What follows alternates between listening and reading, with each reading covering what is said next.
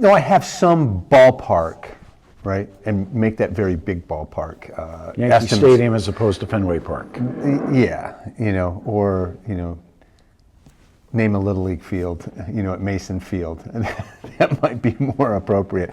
But at the end of the day, what I see are indicators of where this might land. I see where certain transactions have landed, certain potential closings or gaps. We get a monthly report that I run over with the collector treasurer, the town accountant, and the assessor, and we look at receipts that come in on a monthly basis. So we get a trend from that. We see if there were, for instance, if a previous lien that might have had a large amount had closed, and we were able to capture that.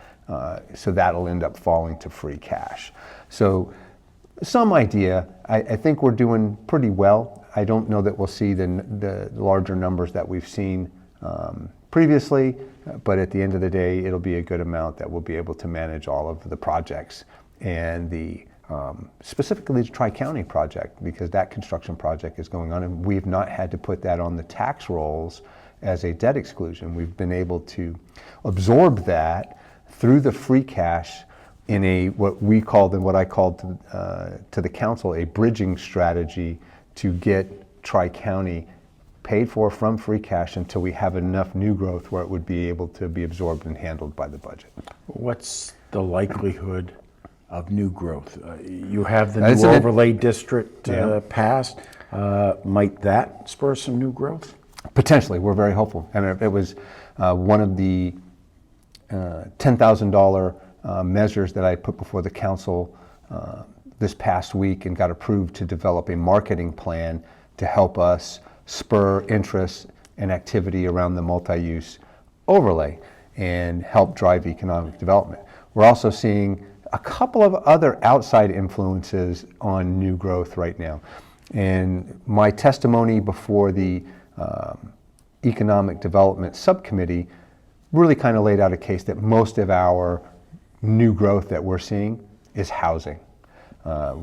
We would like to see more commercial and industrial, but that's a hard market to fill right now. We're watching them all closely, but at the end of the day, any new development coming in town is really coming in the form of housing. And it kind of falls into, that's something we actually need as well. So the rent control initiative that would potentially be on the ballot this fall is something we're seeing developers watch. And they're holding off. The view I'm getting and the feedback I'm getting from conversations that I have with developers as they're looking at North Island, well, they want to take a wait and see attitude until the rent control issue is settled.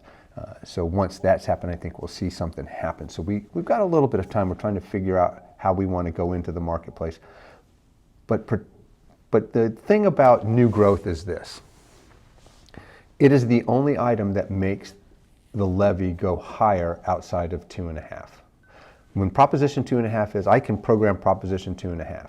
The one variable I don't know is how much new growth that we get. And it's a formulaic derivative that the assessors put together for us, and they look at what's going on, how many people have actually taken out permits. And at the end of the day, what we see is some new growth, not as much as we'd like.